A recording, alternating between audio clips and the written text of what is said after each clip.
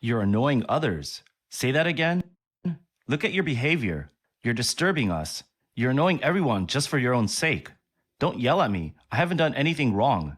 It's all your fault, and you still want to deny it? On the evening of December 1, a shocking incident occurred on Spring Airlines Japan flight IJ005, which was scheduled to fly from Tokyo Narita Airport to Shanghai Pudong. About 1 hour and 40 minutes after takeoff, something unexpected happened. A Chinese man and woman were traveling together, but their seats were not next to each other. Okay. After boarding, the man attempted to switch seats with a nearby passenger so he could sit next to his companion. Yeah, I'm not switching seats, bro. But the neighboring passenger refused. Okay. The man then asked the flight attendant for help, but the flight attendant replied, "Sir, this seat requires an additional fee. You can either pay the fee or return to your original seat." Expected. In theory, this situation should have been simple. Either pay the fee or return to the original seat. But the passenger refused to pay, claiming it was discrimination against Chinese people. His voice grew louder and his emotions escalated. Eventually, he began to verbally abuse the flight crew.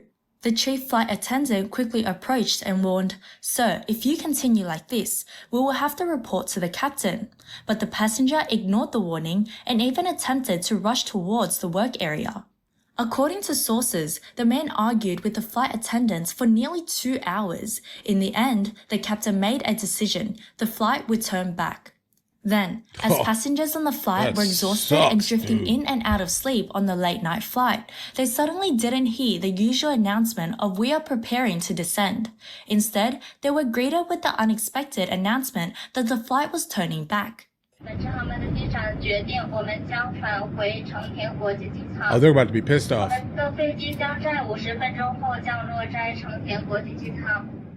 One passenger... Like, guys, like everyone does know, like, specifically, that when this type of thing happens, you get like banned from air travel for years, sometimes life. Listen, if you like, for example, the moment you are booking your flight and you realize that the person that you're flying with specifically is not going to be sitting next to you, it kind of is what it is now, because like you're kind of hoping on the benevolence specifically of another person on the plane, but in all actuality, they really can't do that, guys, right? Because think about this here: if something happens to the plane itself, you are technically in that seat, even though you're not in that seat. Just side. We were so close to the East China Sea, almost there, and now we're turning back to Narita. Shanghai was so much closer. After the announcement stopped, the cabin suddenly filled with shouting. It was the scene at the beginning of this story. There was a clear sense of frustration. "It's all your fault I can't get home." All the anger seemed to point at one person, the middle-aged man sitting in the middle section of the economy class. The plane finally landed safely at Narita Airport at 10:40 p.m. When the cabin door opened, the first people to board were Japanese police officers. The police officer asked, "Is it this person?" The flight attendant confirmed, "Yes." The police then told the man, "You need to get off. You've caused trouble for everyone."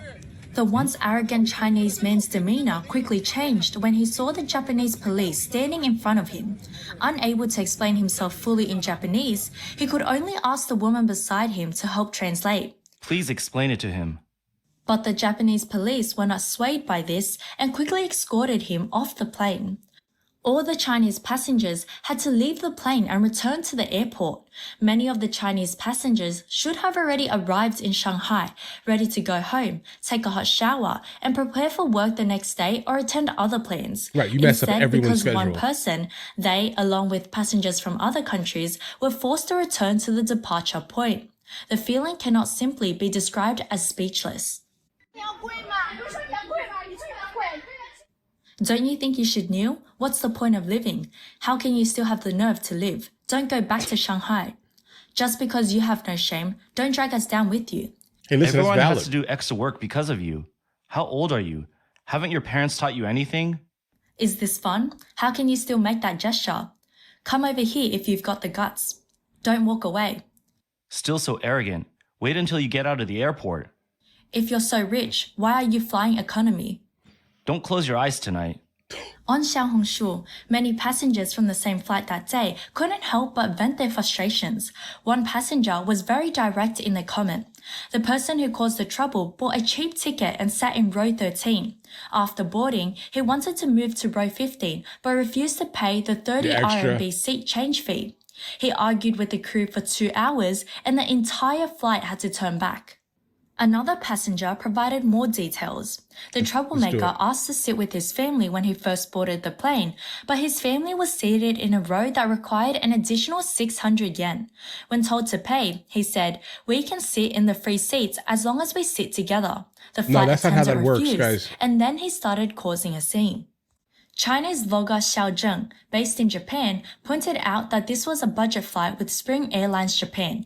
Therefore, Okay, so basically like America's Spirit Airlines or Europe's Ryanair. switching seats or upgrading required a fee. If you were really feeling sick, that would be understandable, but to argue with the crew for 2 hours over just 600 yen or about 30 RMB is something. I really have to admire the flight attendant's patience. After everyone disembarked, they were rebooked on a flight the next morning at 10 a.m., and each passenger was compensated 10,000 yen, about 500 RMB. But the airline did not arrange any accommodation. Since it was already 10:40 p.m. Japan time, many passengers were forced to stay at the airport and spent the night sitting in airport chairs. Like, listen, I get it. You guys are going on like a super economy flight, but I will say though, the airline should have done something and then basically charged the passenger who got everyone kind of deplaned here, guys. As for this outcome, some passengers were content, seeing it as a free ride and earning a day's wage, but more passengers were unhappy, unable to sleep well through the night. Many criticized Spring Airlines online, claiming that refusing to offer a free seat change led to the flight returning, which seemed unheard of.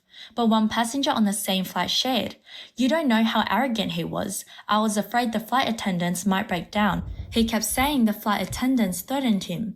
In the end, the flight really did turn back, and he only settled down when the police were about to arrive." On the early morning of December 2, Spring Airlines Japan issued a statement saying that the incident was caused by an illegal act by a passenger interfering with the safe operation of the flight. I mean, he caused a ruckus. I wouldn't say that he specifically was like, messing with the pilot, let's say this here. But he was definitely causing a ruckus kind of in the seats. The airline made every effort to coordinate the situation and changed the flight to IJ005D, which took off again at 10 a.m. local time. The flight finally arrived at Shanghai Pudong at 12:40 p.m. Interestingly, according to fellow passengers, the Japanese flight attendants were shocked by something the man said. He told them, "I know your general manager Wang. Are you okay?" He claimed to know Wang, the general manager of Spring Airlines, and threatened to file a complaint with him. It's worth noting that Spring Airlines, which first flew on July 18, 2005, is China's first private low-cost airline. The company primarily operates from Shanghai Hongqiao International Airport and Shanghai Pudong International Airport. Spring Airlines was founded by Wang Zhenhua, who established the airline in 2004 and served as its chairman. He later handed over the company to his eldest son, Wang Yu. The Chinese passenger who caused the disturbance, along with many others, may have misunderstood the situation. Spring Airlines Japan, which operates flights between Japan and China, is no longer a company controlled by Chinese interests. Originally, I get that. So he tried to basically be like, "Listen, bro, I am Chinese. All right, I know the general manager. You're going to treat me with respect, even though this has nothing to do with what I'm saying." Okay. Yeah, literally arrogance here. Airlines Japan was indeed a subsidiary of China's Spring Airlines. It was established in 2012 as a joint venture with Japan Airlines, with Spring Airlines holding the majority share. At that time, the planes carried Spring Airlines logo, followed Spring Airlines standards, and mainly served Chinese passengers. But in 2020, the pandemic hit, causing a complete suspension of international flights, and Spring Airlines Japan faced heavy losses. Japan Airlines seized the opportunity and increased its investment, ultimately gaining full control. In June 2021, Japan Airlines acquired 67% of the shares, while Spring Airlines' stake dropped to 33%, making it a minority shareholder with no management rights. More importantly, the management was completely replaced. The current board members and operational leaders were all appointed by Japan Airlines, and the pilots and crew follow the strict safety manuals of Japan Airlines. In other words, although the plane still carries the Spring logo and the booking website still lists Spring Airlines Japan, it is now essentially a standard Japanese airline. A Chinese vlogger pointed out that many Chinese passengers see Spring Airlines Japan and mistakenly believe it is a Chinese company.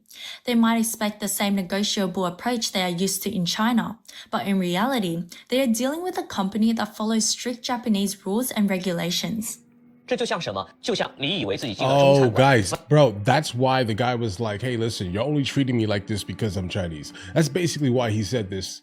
But then still did not know enough information to basically be like, this is no longer a state-ran, government arm, let's say, of China. Like thinking you're in a Chinese restaurant, but the waiter serves Japanese food, and then asks you to use chopsticks according to Japanese rules. How can you not be confused? This brings up a fundamental difference in service philosophies between China and Japan. Okay, yeah, that makes in sense. China, But still... we're used to the idea that customer is always right.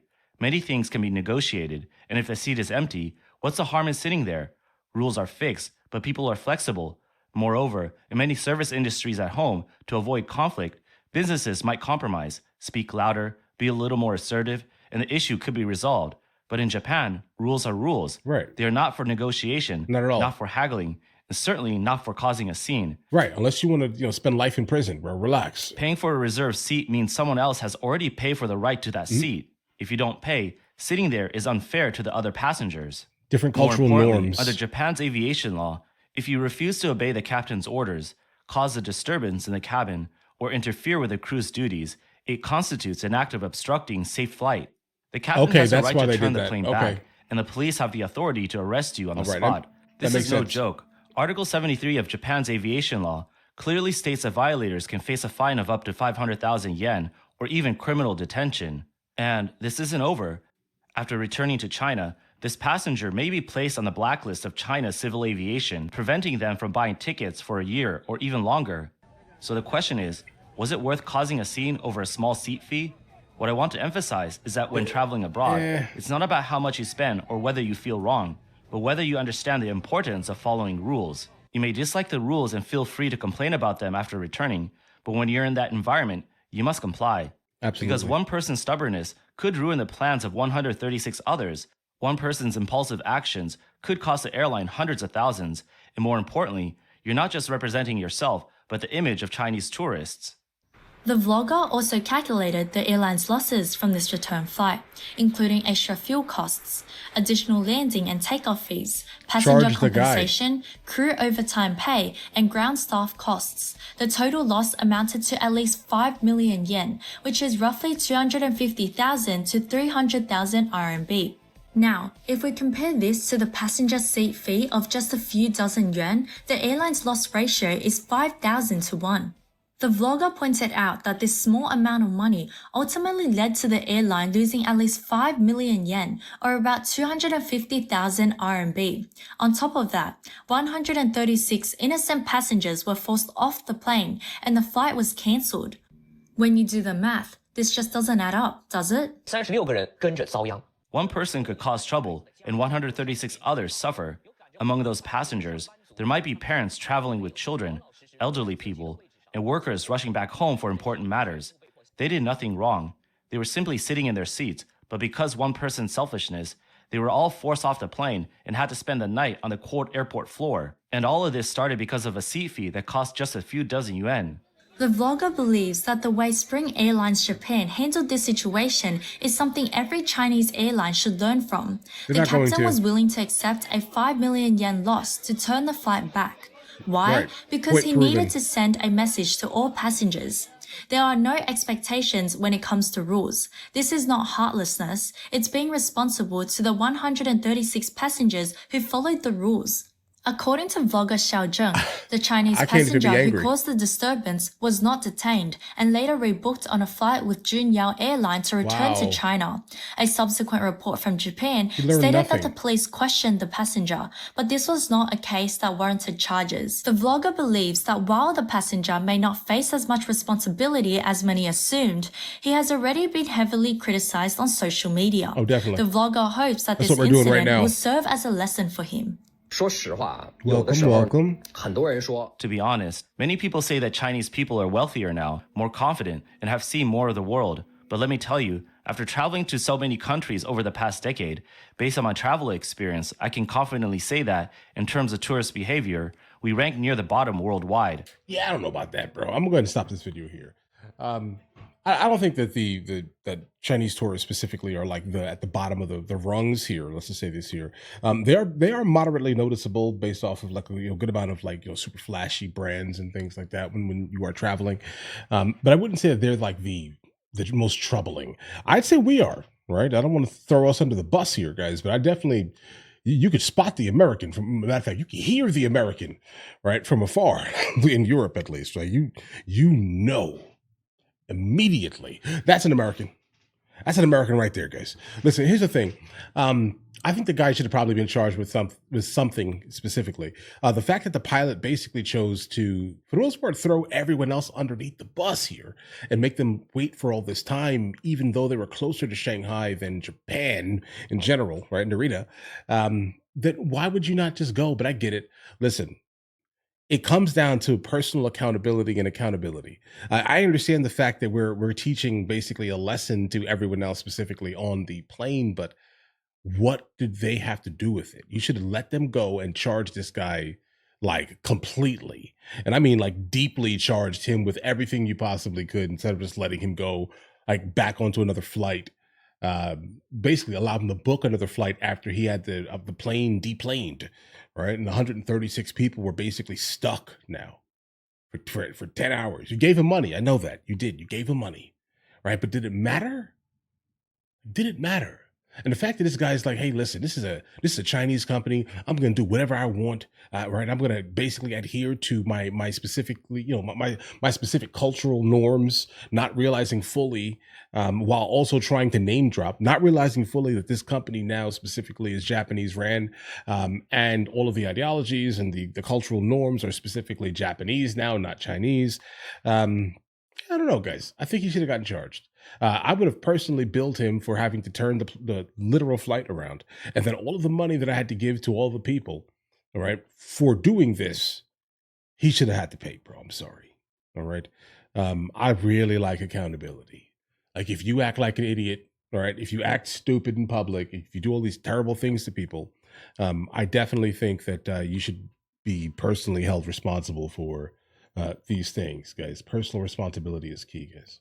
Guys, do you want to watch movies with me? I never actually thought to like promote it over here, guys. But if you guys do want to watch it, guys, we have hundreds of movies, and I mean hundreds of movies that we've reacted to. You guys can come watch them with me if you want to, along with many TV shows. Currently, we're working on the show Dexter, along with Vikings, and we have a lot of series that are already completed. But if you guys do want to watch it with me, the link is in the description. Everything's available at the second tier. But of course, if that's not your thing, guys, don't worry. Right? Listen, like and subscribe.